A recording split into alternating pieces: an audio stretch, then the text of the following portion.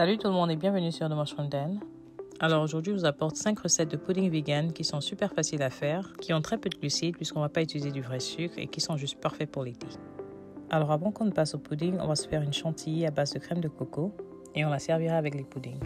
Donc dans le bol, on va ajouter de la crème de coco qu'on a laissé réfrigérer pendant au moins 8 heures, suivi de jus de citron et de l'érythritol. Alors c'est un édulcorant naturel qui ne laisse pas cet arrière-goût que la plupart des édulcorants ont. Donc on va fouetter le tout pour obtenir un mélange homogène et crémeux. Et notre chantilly est prête et on peut la mettre au frigo. Alors pour notre pudding au citron, on va mettre une casserole à feu doux et y ajouter du lait de coco entier, du jus de citron et encore un peu de notre érythritol en poudre. On remue le tout et on goûte pour s'assurer que c'est bien sucré. Et là je décide d'ajouter une autre cuillère à soupe, suivi de la pâte de vanille, et là c'est beaucoup plus concentré, donc si vous utilisez de l'extrait de vanille plutôt, vous devrez doubler la quantité. Donc là on laisse mijoter toujours à feu doux pendant à peu près une minute ou deux. Ensuite on ajoute notre poudre d'agar-agar qui est un gélifiant végétal parfait pour remplacer la gélatine animale. Donc ça va nous permettre de gélifier notre crème pour nous donner un pudding. Et pour terminer on ajoute du curcuma juste pour la couleur. Donc on remue le tout pour bien incorporer et une fois qu'on obtient cette jolie couleur jaune, notre base est prête.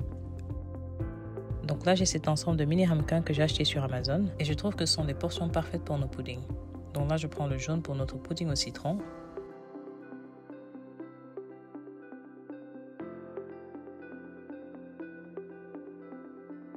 Alors notre base de pudding nous donne à peu près 2 portions. Donc une fois que j'ai mis celui-ci au frigo pour se solidifier, je verse le reste dans un verre à dessert pour créer un pudding à plusieurs couches. Donc à peu près 1 heure après, notre pudding est prêt et on va le servir avec notre crème chantilly qu'on a préparée plus tôt. Et tout ce qui reste à faire, c'est de passer à la dégustation.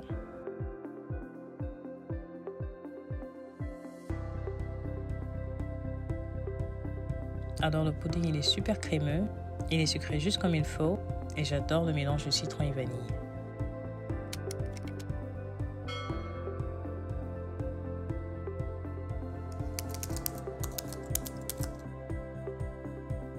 Alors pour notre pudding au chocolat, on retourne dans notre casserole à feu doux et on y ajoute du lait de coco, notre sucre glace érythritol,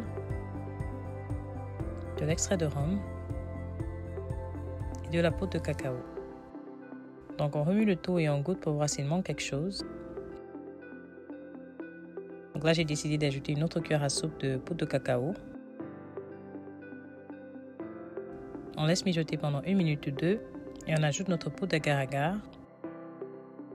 On remue le tout et la base est prête.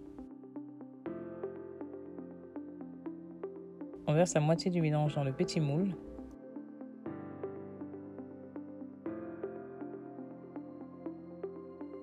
Et le reste nous servira de seconde couche au-dessus du pudding au citron.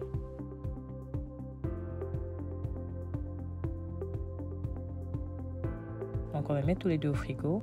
Et 1 heure plus tard, on peut servir avec notre crème chantilly. Et décorer avec un peu de chocolat noir râpé.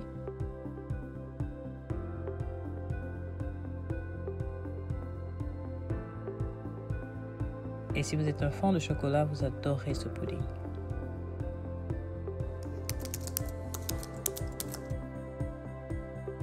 Alors pour le caramel salé, on va verser du lait de coco dans la casserole toujours à feu doux, suivi de sucre érythritol brun. Alors là, moi j'ai mis 3 cuillères à soupe, mais honnêtement j'en avais besoin que de 2. Alors je vous suggère de commencer avec 2 cuillères et goûter, et ensuite vous pouvez décider si vous voulez en mettre plus. Donc là on continue avec notre pâte de vanille, suivie d'une pincée de sel. Donc on remue le tout et on laisse mijoter pendant 1 minute ou 2. Ensuite on ajoute notre poudre d'agar-agar. On passe un dernier fouet pour mélanger et la base est prête.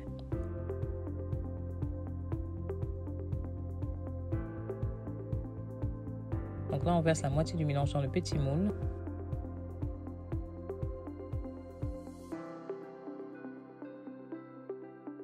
Et l'autre moitié dans un deuxième verre à dessert.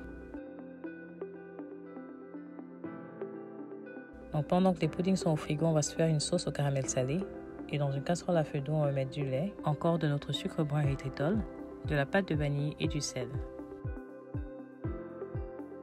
Donc on remue le tout et on laisse mijoter à feu vraiment doux pendant à peu près 5 minutes.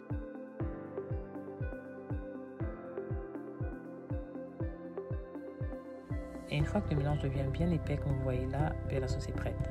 Donc au bout d'une heure, notre pudding aussi est prêt. On l'agrémente avec notre crème chantilly et la sauce caramel.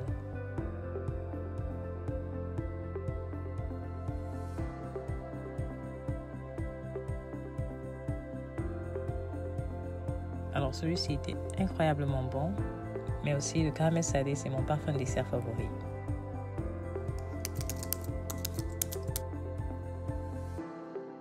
Alors pour notre pudding à la menthe, on retourne à notre casserole à feu doux. On y ajoute du lait de coco, notre sucre glace,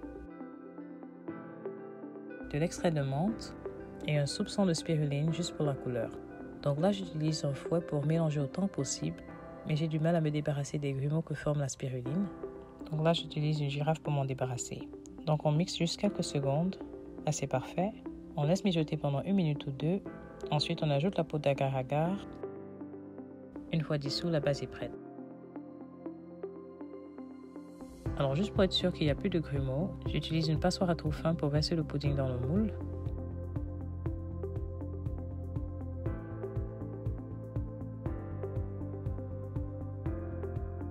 Et le reste de pudding, je le verse au-dessus du caramel salé. Donc on met tout ça au frigo et au bout d'une heure c'est prêt. Et là on va servir juste avec notre chantilly.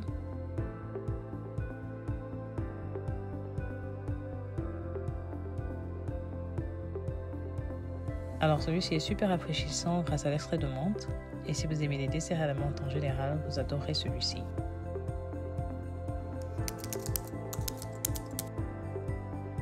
Alors notre dernier pudding sur la liste, c'est le pudding à la framboise. Et on va se faire une petite sauce de framboise. Donc dans une casserole à feu d'eau, on va verser des framboises fraîches suivies d'un peu d'eau. Donc là on va utiliser un fouet pour écraser les framboises et laisser mijoter pendant à peu près 2 à 3 minutes. Et notre sauce de framboise est prête. Donc là je vais extraire la sauce en utilisant une passoire à trou fin. On essaye d'obtenir le plus de jus possible. Et on met de côté. Là on passe à la préparation du pudding. Donc dans notre casserole, on ajoute du lait de coco, suivi du sucre glace érythritol, notre sauce au jus de framboise. On mélange le tout et on goûte pour ajuster le sucre si nécessaire. Ensuite, on ajoute la pâte de vanille. On laisse mijoter pendant 1 minute ou 2 et on conclut avec notre poudre d'agar-agar. Et une fois qu'on a remué, la base est prête. Donc la moitié va dans le petit moule.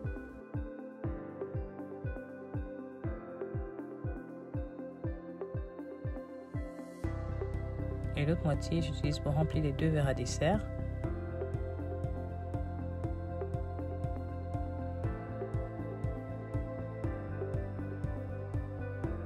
Donc là, on se retrouve avec 5 puddings individuels et 2 puddings à plusieurs couches. Et au bout d'une heure, notre pudding à la framboise est prêt.